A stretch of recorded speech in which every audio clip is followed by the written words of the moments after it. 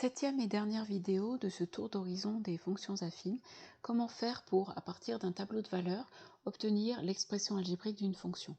Alors on regarde et on s'aperçoit d'une chose, c'est que d'abord, première chose à dire, f est une fonction affine, il faut que ça soit dit dans l'énoncé, sinon vous ne pourrez pas trouver l'expression algébrique à partir d'un simple tableau de valeurs sans savoir qu'elle est affine. Elle est affine, elle se présente sous la forme f de x égale ax plus b, et notre travail c'est de trouver a et de trouver b en utilisant le fait que les accroissements sont proportionnels et que leur coefficient de proportionnalité est égal à a. Alors, qu'est-ce que ça signifie? On va le voir sur un exemple.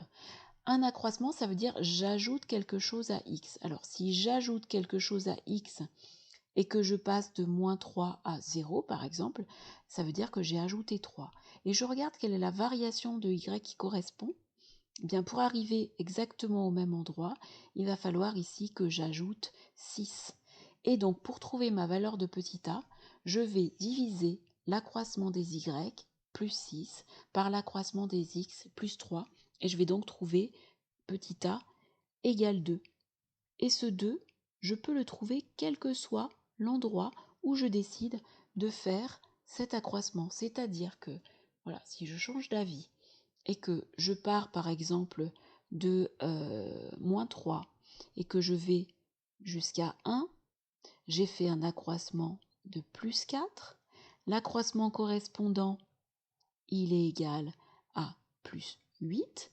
Et donc je vois en fait que mon petit a, je vais écrire ici le calcul complet et détaillé comme vous pouvez l'avoir en exercice, eh bien mon petit a, je le trouve en calculant moins 1 moins 9, ce qui me donne plus 8, après application des règles de base du calcul, divisé par 1 moins 3, ce qui me donne plus 4 de la même manière. Donc je retrouve ma valeur de petit a égale 2 en raison de l'accroissement proportionnel, les accroissements qui sont proportionnels.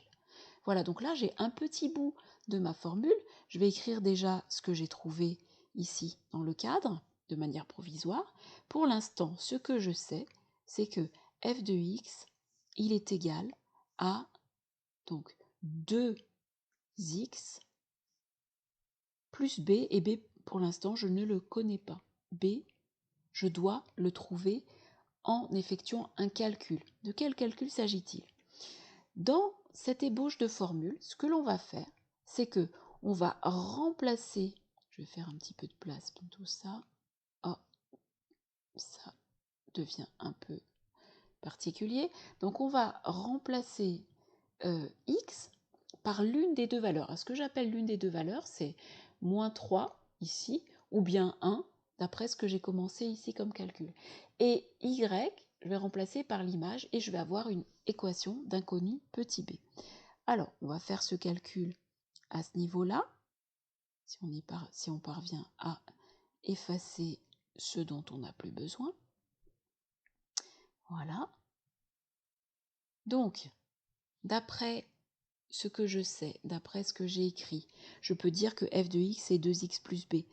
Et ça sera vrai pour f de moins 3. Si j'écris f de moins 3, ça va être égal à 2 fois mon fameux moins 3 plus le petit b dont je cherche la valeur. Et tout ça, c'est censé donner l'image de moins 3, c'est-à-dire moins 9. Ce qui va me produire l'équation suivante.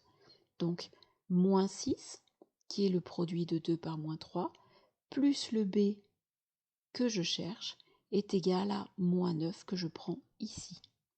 Pour résoudre cette équation élémentaire, je vais ajouter moins 6 de part et d'autre du signe égal, ce qui va me conduire à b égale. J'ai dit ajouter moins 6, c'est sans doute ajouter plus 6, sinon je n'avancerai pas dans ma résolution d'équation. Donc plus 6 à gauche, plus 6 moins 6, ça fait 0, il reste b. Et plus 6 à droite, moins 9 plus 6, ça fait moins 3. Voilà comment j'arrive à trouver par le calcul que b égale moins 3. Je vais pouvoir donc enlever le caractère provisoire de mon expression algébrique et écrire tout simplement ici f de x égale 2x moins 3. J'ai retrouvé l'expression algébrique à partir du tableau de valeurs. À savoir quand même que ce calcul, cette résolution d'équation que j'ai faite ici avec moins 3 et moins 9, j'aurais pu faire de même avec moins 2 et moins 7, avec 1 et moins 1, peu importe les valeurs que je prends dans mon tableau. De toute façon, si je remplace x ici et ici, je vais avoir le y correspondant, c'est une équation, je la résous et je trouve la valeur du petit b. Voilà comment se termine ce tour d'horizon sur les fonctions. Donc on a vu comment passer d'une forme à l'autre et toutes les situations vous ont été présentées. Charge à vous de revenir, de faire pause, d'essayer de comprendre et de poser des questions si ce n'est pas clair. Voilà.